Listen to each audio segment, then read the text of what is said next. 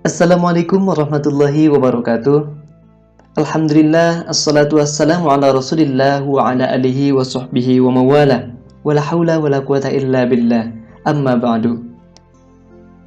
Apa kabar santri kelas 9 MTS Husnul Khotimah 2 Kuningan?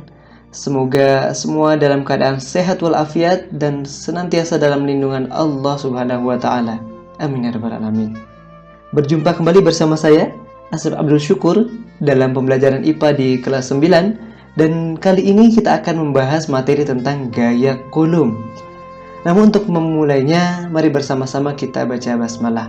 Bismillahirrahmanirrahim.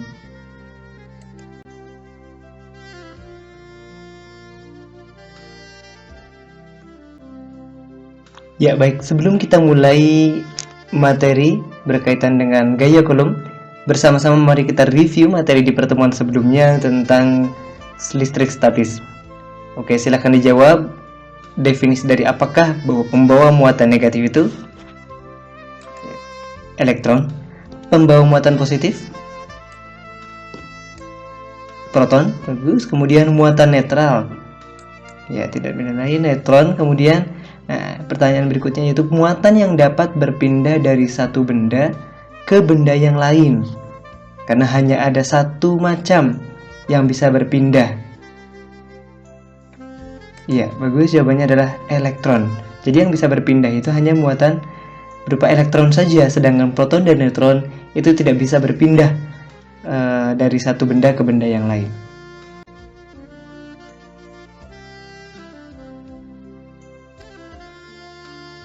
Baik, masih di review materi. Silakan jawab beberapa pernyataan dan pertanyaan berikut ini. Benda yang kehilangan elektron sehingga jumlah protonnya lebih banyak daripada jumlah elektron, artinya benda tersebut kekurangan elektron atau kelebihan proton, sehingga dapat dikatakan benda tersebut bermuatan positif. Benda yang menerima elektron sehingga jumlah proton lebih sedikit daripada jumlah elektron, artinya bendanya kelebihan elektron. Karena kelebihan elektron, maka benda dikatakan bermuatan negatif. Kemudian penerapannya misalnya pada plastik yang digosok ke rambut, maka elektron itu dari rambut akan berpindah ke plastik. Oleh karena itu, dapat kita katakan plastik jadi bermuatan atau kelebihan elektron, yakni jadi bermuatan negatif. Nah, contoh yang lain, kaca digosok dengan kain setera. Digosoknya ke kain sutera, maka apa yang terjadi? Yang berpindahnya elektron, ya ingat, yang berpindah elektron akan berpindah dari mana ke mana? Ya baik, diingat-ingat dulu, ada kasut, yaitu kaca sutera. Maka elektronnya berpindah dari kaca ke sutera. Oleh karena itu sutera atau kain sutera jadi bermuatan negatif karena kelebihan elektron.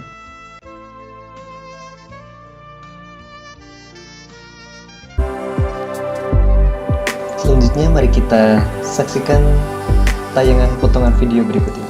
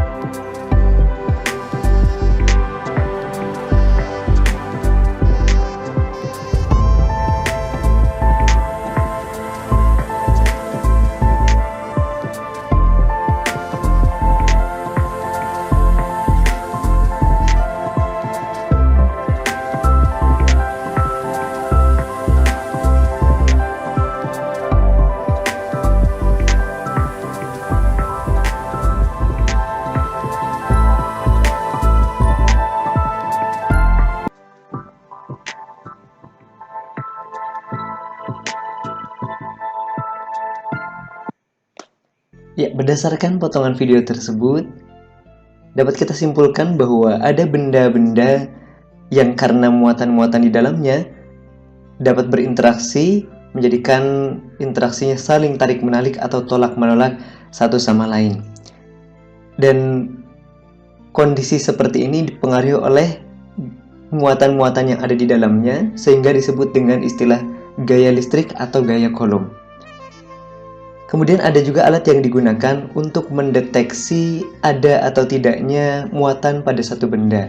Nah, alat tersebut dikenal dengan istilah elektroskop sebagaimana ditampilkan di dalam potongan video di bagian akhir.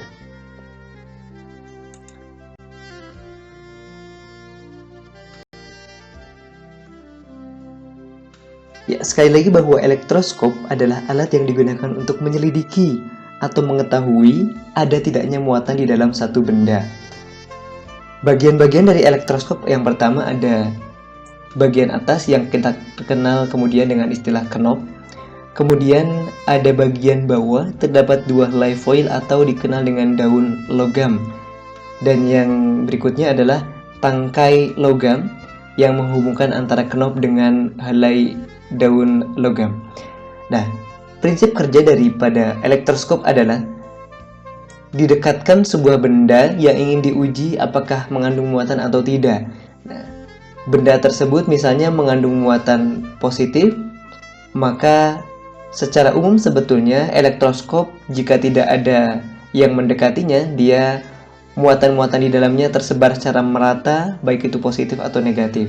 Namun jika didekatkan sebuah benda yang positif, maka bagian knob ini akan mengumpul muatan-muatan negatif. Karena muatan negatif mengumpul di bagian knob, maka helai daun ini akan terdapat muatan-muatan positifnya. Nah, muatan positifnya ada di bagian helai daun ini, daun logam ini, sehingga karena muatannya sama-sama positif, maka dia akan saling tolak-menolak. Demikian juga kalau bendanya bermuatan negatif, maka knobnya menjadi positif, sedangkan helai daun logamnya menjadi muatan negatif. Karena sama-sama negatif, maka dia akan saling menjauh. Sebaliknya, jika bendanya tidak bermuatan, maka helai daun dan knob semuanya memiliki muatan yang sama, sehingga helai daun tidak saling menjauh, tapi justru juga tidak saling mendekat. Ya, normal apa adanya karena netral.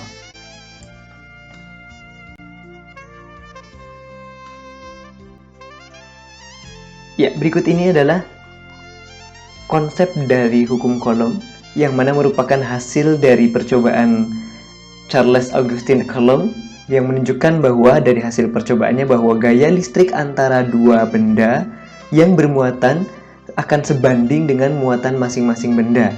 Jadi gayanya sebanding dengan muatan masing-masing benda dan berbanding terbalik dengan kuadrat jarak dua benda tersebut. Berbanding terbaliknya dari kuadrat jarak, artinya jaraknya dikuadratkan.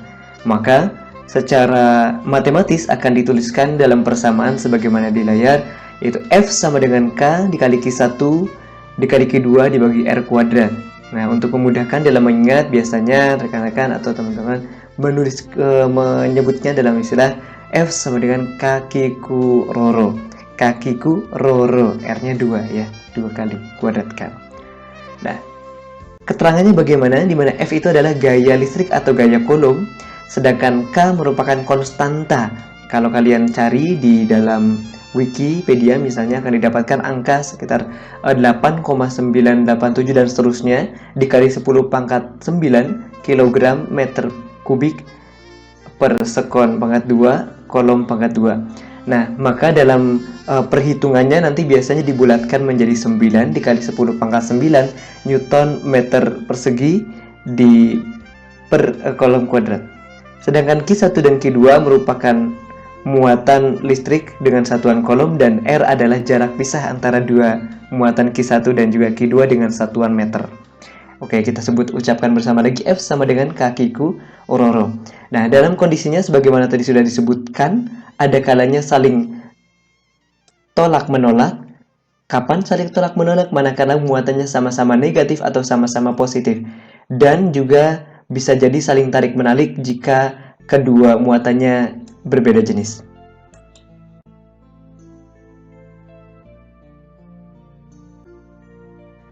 Baik, langsung saja kita masuk pada latihan soal yang pertama. Misalnya dua buah muatan masing-masing Q1 sama dengan 6 mikrokolom dan Q2 12 mikrokolom yang terpisah sejauh 30 cm. Tentukan besar gaya yang terjadi antara dua buah muatan tersebut. Gunakan tetapan K 9 kali 10 pangkat 9 Newton meter pangkat 2 per kolom pangkat 2 dalam satuan standar. Nah, kita dapatkan dulu, kita ambil data informasinya dari soal.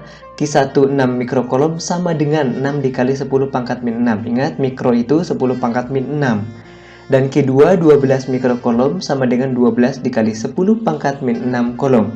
Sedangkan jaraknya R sama dengan 30 cm harus dalam satuan meter sama dengan 0,3 meter atau 3 dikali 10 pangkat min 1 meter jika dituliskan dalam notasi ilmiah. Yang ditanyakan adalah F, maka kita tuliskan rumusannya. F sama dengan K Q Q Rho. F sama dengan K dikali Q1 dikali Q2 dibagi R kuadrat. Sama dengan F sama dengan K, itu adalah 9 kali 10 pangkat 9, di mana Q1-nya 6 kali 10 pangkat min 6 dan Q2-nya 12 kali 10 pangkat min 6, dibagi R-nya 3 kali 10 pangkat min 1. Awas, hati-hati, pastikan berada di dalam kurung untuk dikuadratkan. Kemudian kita rapikan lagi. 9 kali 6 dikali 12 dikali 10 pangkat min 3. Dari mana 10 pangkat min 3? Yakni 10 pangkat 9 dikali 10 pangkat min 6 dikali 10 pangkat min 6.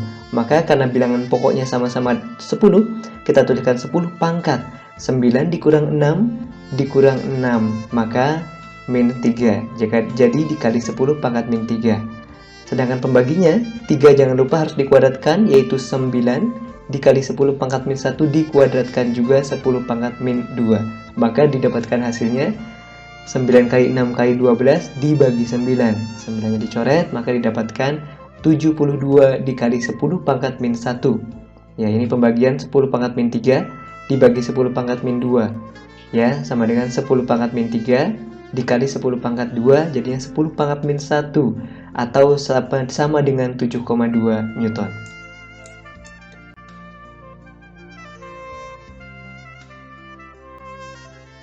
Baik, kita lanjutkan ke soal latihan yang kedua. Dua buah muatan listrik memiliki besar yang sama. Sekarang besarnya sama, muatannya 6 mikrokolom.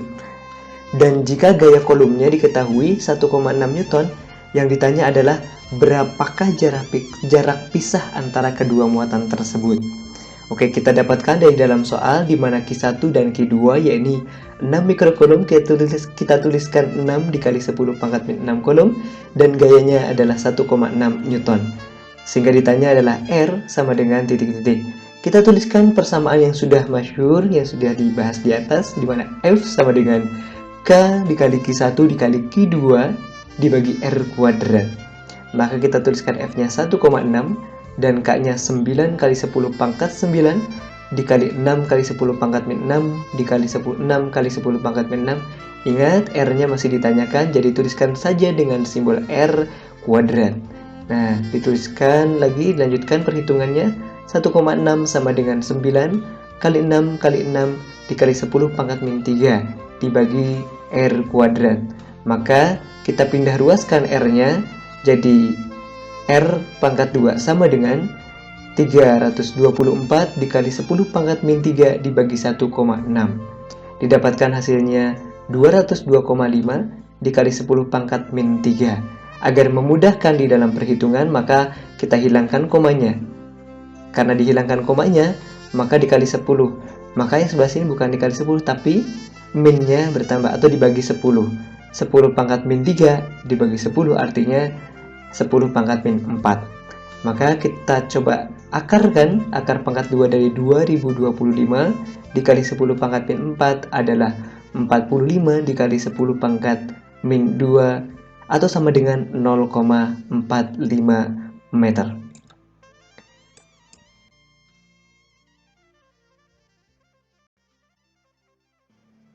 Nah, selanjutnya mari kita akan lakukan pendalaman latihan berdasarkan situs PET yang sudah dikerjakan atau sudah dilaksanakan praktikumnya di lab virtual di situs PET.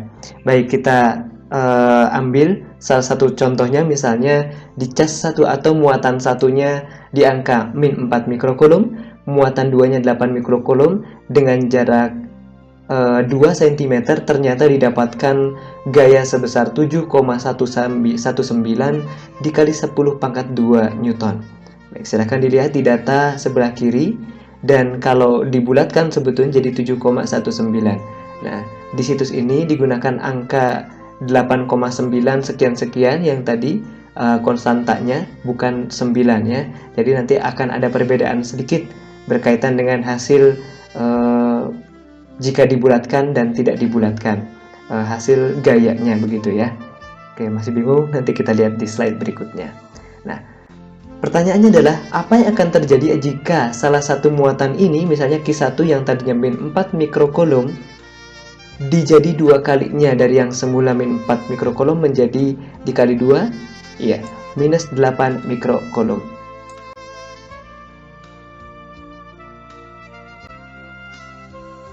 Ternyata dari hasil pengamatan di lab virtual didapatkan bahwa yang semula min 4 mikrokulum dan kemudian muatannya diubah menjadi min 8 mikrokulum karena 2 kalinya dari semula, ternyata didapatkan besar gaya kolom atau gaya listriknya menjadi 1,44 dikali 10 pangkat 3 Newton.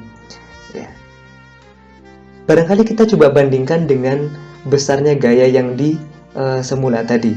Maka kita dapatkan bahwa F2 ini ternyata sama dengan 1,44 dikali 10 pangkat 3 Newton sebanding dengan 2 kali dari 7,19 dikali 10 pangkat 2 Newton. Ini kurang tepat sebetulnya, tidak persis sama angkanya, karena sekali lagi konstanta yang digunakan oleh lab virtual adalah konstanta yang tidak dibulatkan, yakni 8,9, bukan 9 langsung dikali 10 pangkat 9. Ya, maka tapi secara umum dapat kita simpulkan bahwa F2 ini ternyata sebanding dengan 2 kali F1-nya. Nah, dari mana sih angka 2 ini? Ternyata karena muatannya dikali 2, maka gayanya pun menjadi 2 kalinya.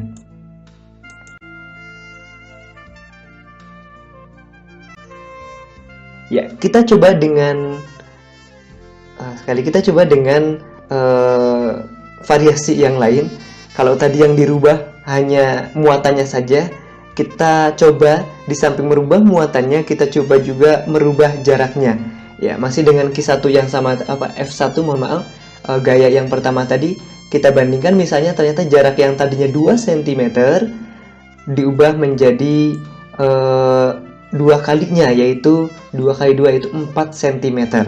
Maka apa yang akan terjadi? Ternyata hasilnya adalah didapatkan besar gaya dari Q1 dan Q2 adalah sebesar 3,60 dikali 10 pangkat 2 Newton.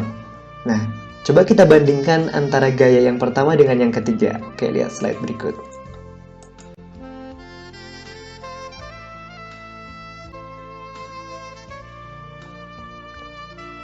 Ya, berdasarkan perbandingan, maka didapatkan ya tadi F3 tadi ya 3,60 dikali 10 pangkat 2 Newton. Nah, kita bandingkan dan kita coba urutkan. 3,6 ini ternyata hampir sebanding dengan 2 dikali 7,19 atau tadi 7,2 juga bisa, dibagi 4 dikali 10 pangkat 2. Dari mana angka 2 dan 4? Sekali lagi, karena ada perubahan tadi di muatan dan juga jarak, muatannya menjadi 2 kali, kemudian jaraknya menjadi 2 kali yang semula. Maka didapatkan ternyata perbandingannya adalah F3 itu merupakan setengah atau 1/2 dari F1. Nah, kita ingat-ingat rumusan F sama dengan K Q Rho. K Q1 Q2 per R kuadrat. Maka didapatkan F3. Tadi yang berubah adalah Q1-nya jadi 2 kali. Berarti untuk F3, 2 kali Q1. Dan jaraknya yang tadinya R menjadi 2R.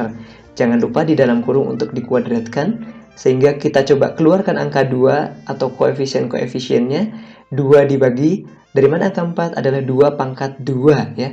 Jadi 2/4 dikali K Q1 Q2 per R kuadrat. Yang mana K Q1 Q2 per R kuadrat adalah F1. Sehingga besar F3 sama dengan atau sebanding dengan 1/2 dikali F1.